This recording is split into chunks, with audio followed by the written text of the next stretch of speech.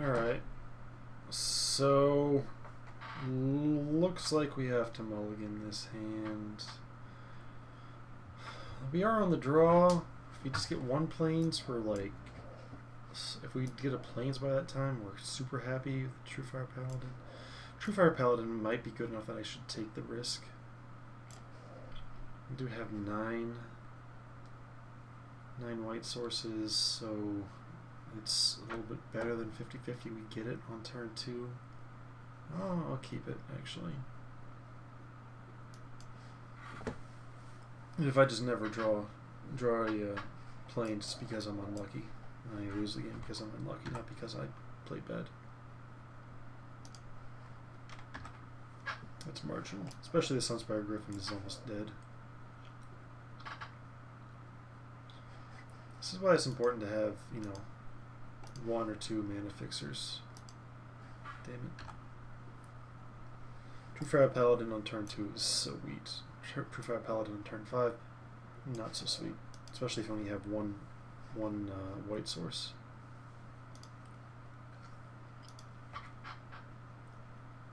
I'm usually not too afraid of Incursion Specialist. That is 1/3 it blocks. Ooh, that can combo some pretty sickly.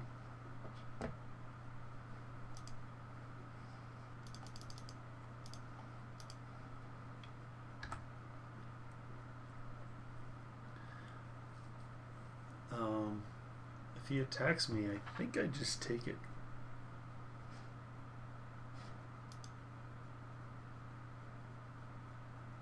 Because I could have a lot of combat tricks. I can get value with this as it is. Just taking 2 is not so bad.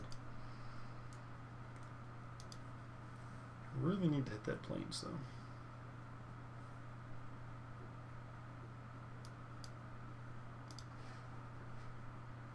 Plains, hooray. Alright. Let's throw at an indestructible fellow.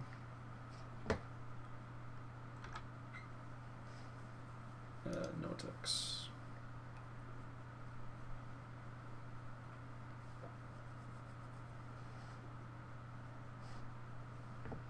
Alright, so he's going to spend the turn mostly fixing.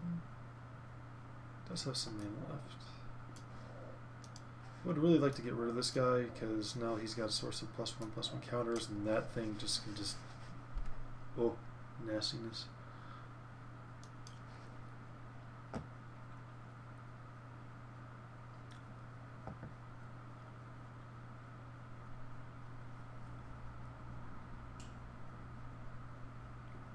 So, Lord Nazgul, will you allow me to see my card? He does. So, this is an interesting choice here.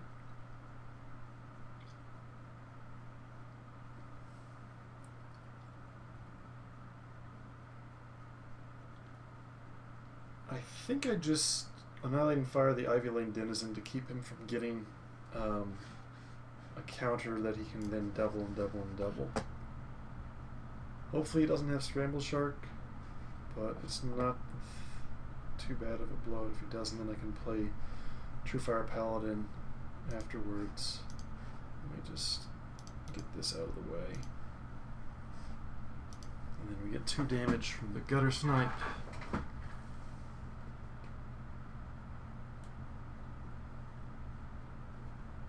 It's possible we should have Annihilating Fired last turn just to prevent that issue from happening. I see no reason not to attack with Tajik. I feel like we're okay on the race. If he wants to hit us for 2, he can hit us for 2. And there's... I mean... actually... I was somehow thinking he was bigger than 2/2. It was 3/3 or something. This is fine. So... that gets through. Put Truefire Paladin. So next turn, looks like we've got Battalion available, and like, I mean, they can do stuff to him, but then he's 7/7 and he hits hard if they don't block him. So he's got some issues.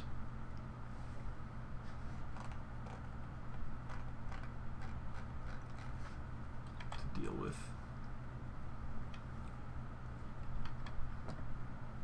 I think it's worth just doing that. Yeah.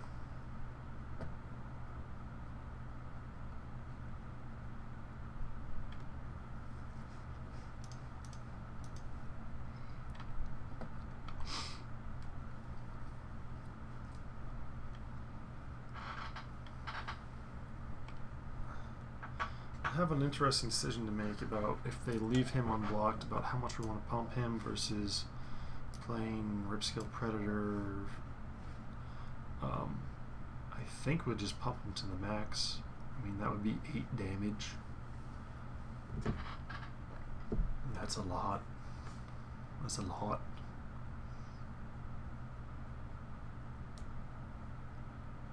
And I guess he could have like an unsummon type effect or something. But the colors, well, I mean, I guess this is every color, but in the main colors he's showing, that's not really an issue.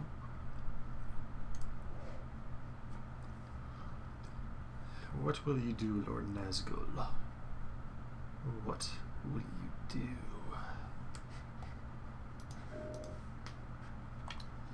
Alright, is he gonna jump, double block?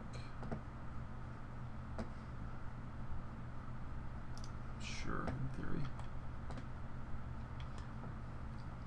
So I guess I just put it all into pump in here.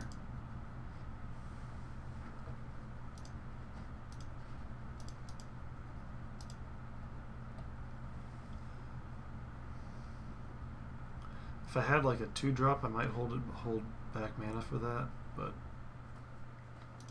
since I don't, I just hope he doesn't far me or something. Far away, that would suck.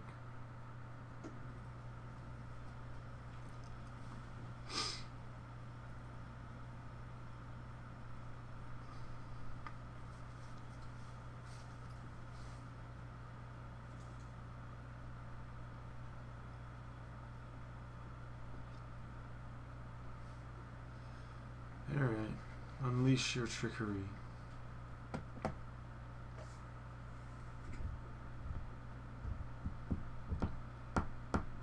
So if he actually lets this hold up, I hit him for 15 this turn. Does not. Bounce. Okay. I still hit him for 7. That's decent. Hopefully he doesn't have a Devour Flesh here or something. That would be annoying.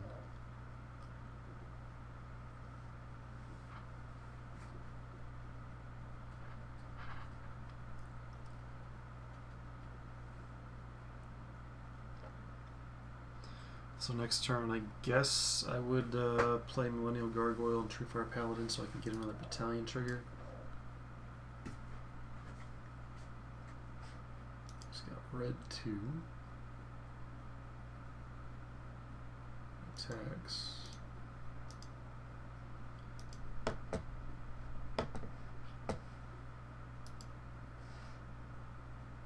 I know he's going to block, so I'm not going to bother.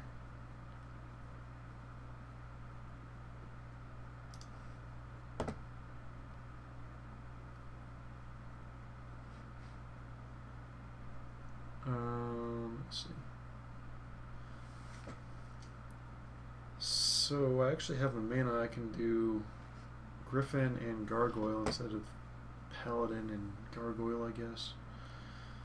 I think the potential offensive threat of Truefire Paladin is too much to pass up.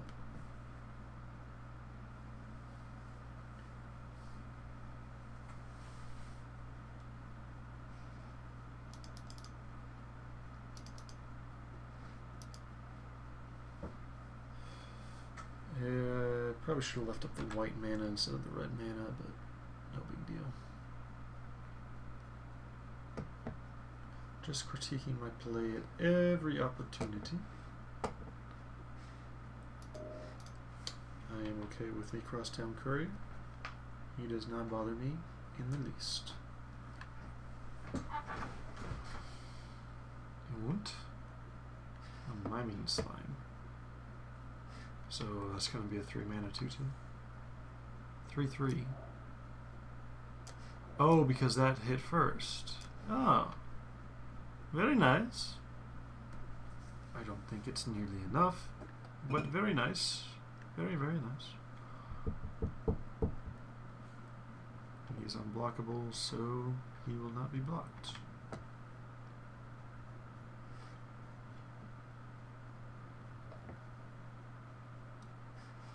Alright, so we'll just send in the team. Let's see what you have to say about that. So he's got 2 damage he's going to take regardless.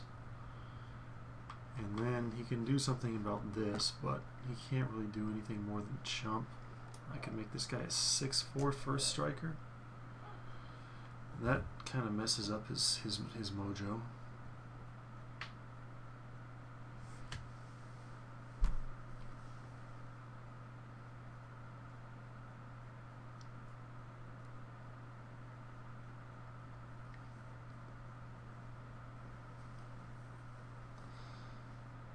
Looks like he should probably just chump.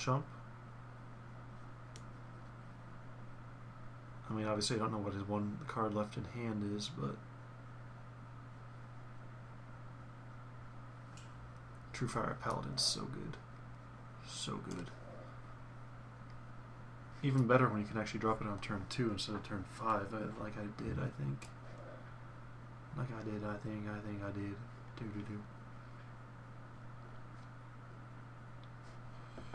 Do. Alright, so he decided to single chump, so all we need to do is give this guy first strike. Why is it? Okay, that was a little laggy, but that's all we need to do for that.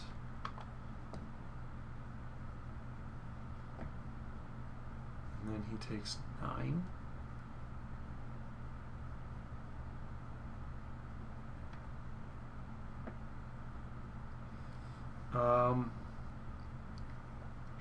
So I am going to keep follow-up play.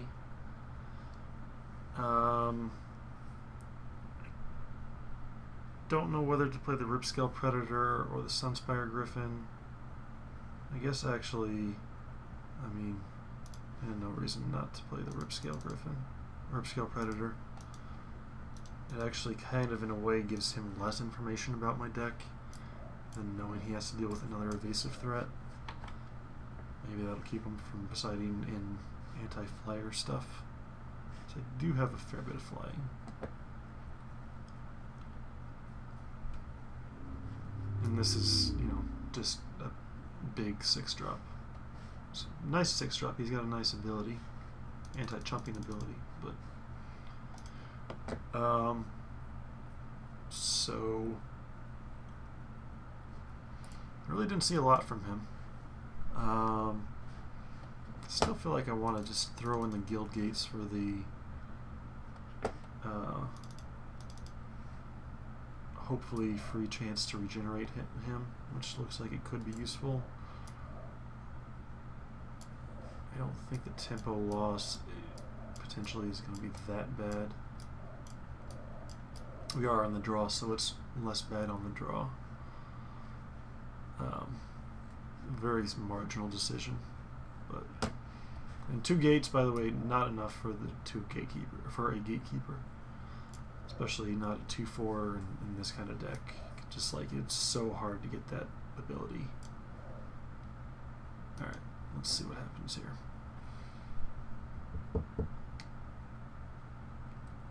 We are on the draw.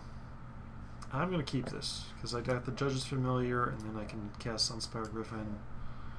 Looks like he has trouble dealing with that. He looks like he's thinking about it, or maybe he's just AFK for a second. But I'll keep this, and hopefully we'll be able to draw some spells. Our opponent is kept, and this is marginal, but I'm going to keep. I tend to err on the side of not mulliganing because I don't like losing cards. Then again, I wouldn't mind pitching 2 of these mountains for a ooh, that's good.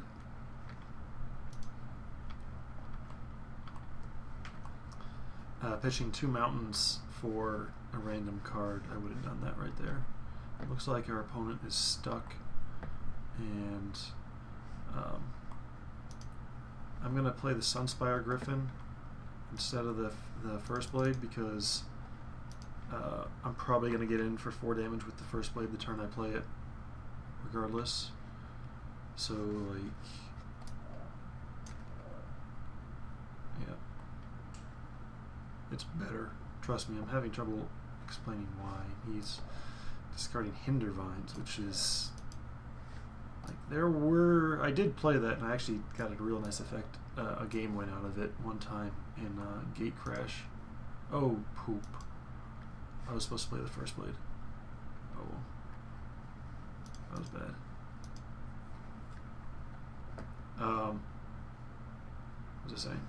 Yeah, I got a game win out of Hinder Vines, but I don't think you can get enough +1/+1 counters in the full block draft to make that worth a card. But so our opponent got land screwed, and we won. So that's that. Happy to go 2-1. This deck is C-, I guess. It does not have good cards. Like, the cards aren't strong overall, but it has a reasonable curve, heavy on the 3 drops, kind of a reasonable number of 2 drops, and lots of creatures, so they're going to have to deal with what you do. And it's 2 colors, so it's relatively consistent. Would have loved to have a Boros Guildgate, but alright, thanks for watching. See you next time.